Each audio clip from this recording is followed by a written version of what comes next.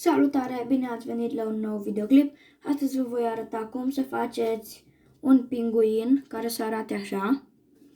Și pentru aceasta veți avea nevoie de o radieră sau o ștergătoare, un creion și un liniar dacă vreți. Pentru început vom face în partea de sus a paginii un punct. Nu foarte mare, mic.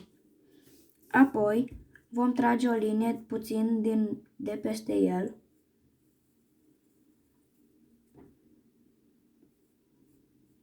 Puțin curbat în vârf, dar să nu îl ating. După ce am făcut asta, continuăm și tragem încă o linie de la linia desenată. Apoi facem capul pinguinului.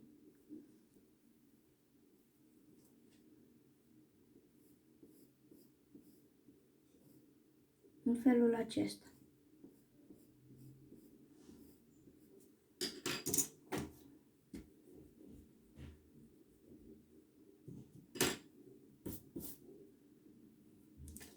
După ce am făcut asta, continuăm cu corpul pinguinului.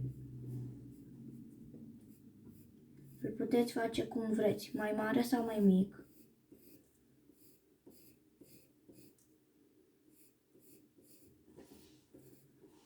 Burta și spatele.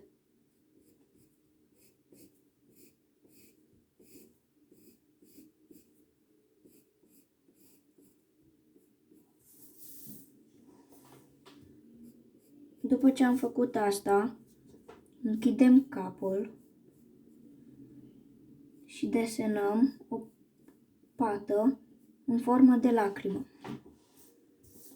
Apoi continuăm ciocul și îl punem în felul acesta. Ok. Acum, după ce am făcut asta, facem o linie curbată puțin până aici. De aici o să vină prima aripă. Așa.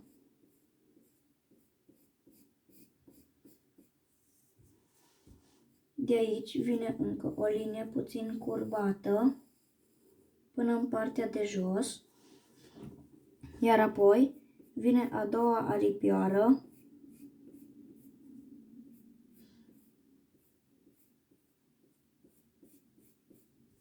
Aici. După ce am făcut aripioarele, închidem partea de jos.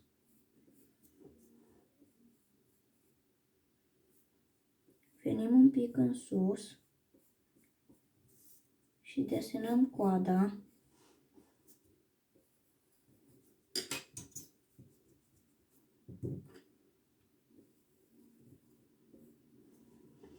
Iar apoi,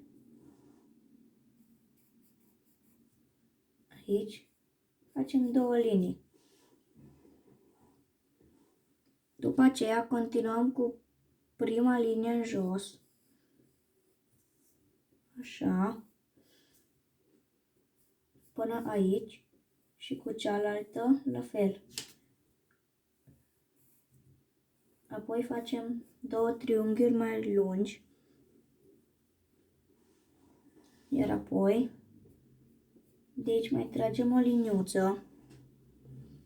După care o aducem în jos până aici, unde o continuăm.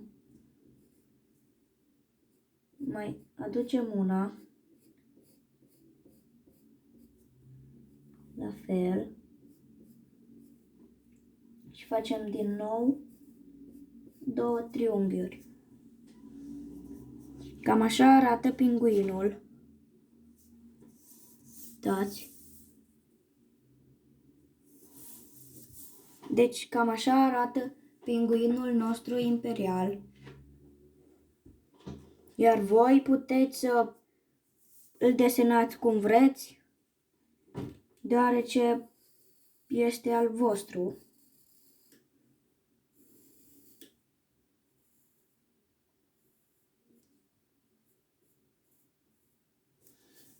Sper că v-a plăcut videoclipul de azi. Abonați-vă, rupeți butonașul de like și ne vedem data viitoare. Cu voi a fost Gamer the Pro.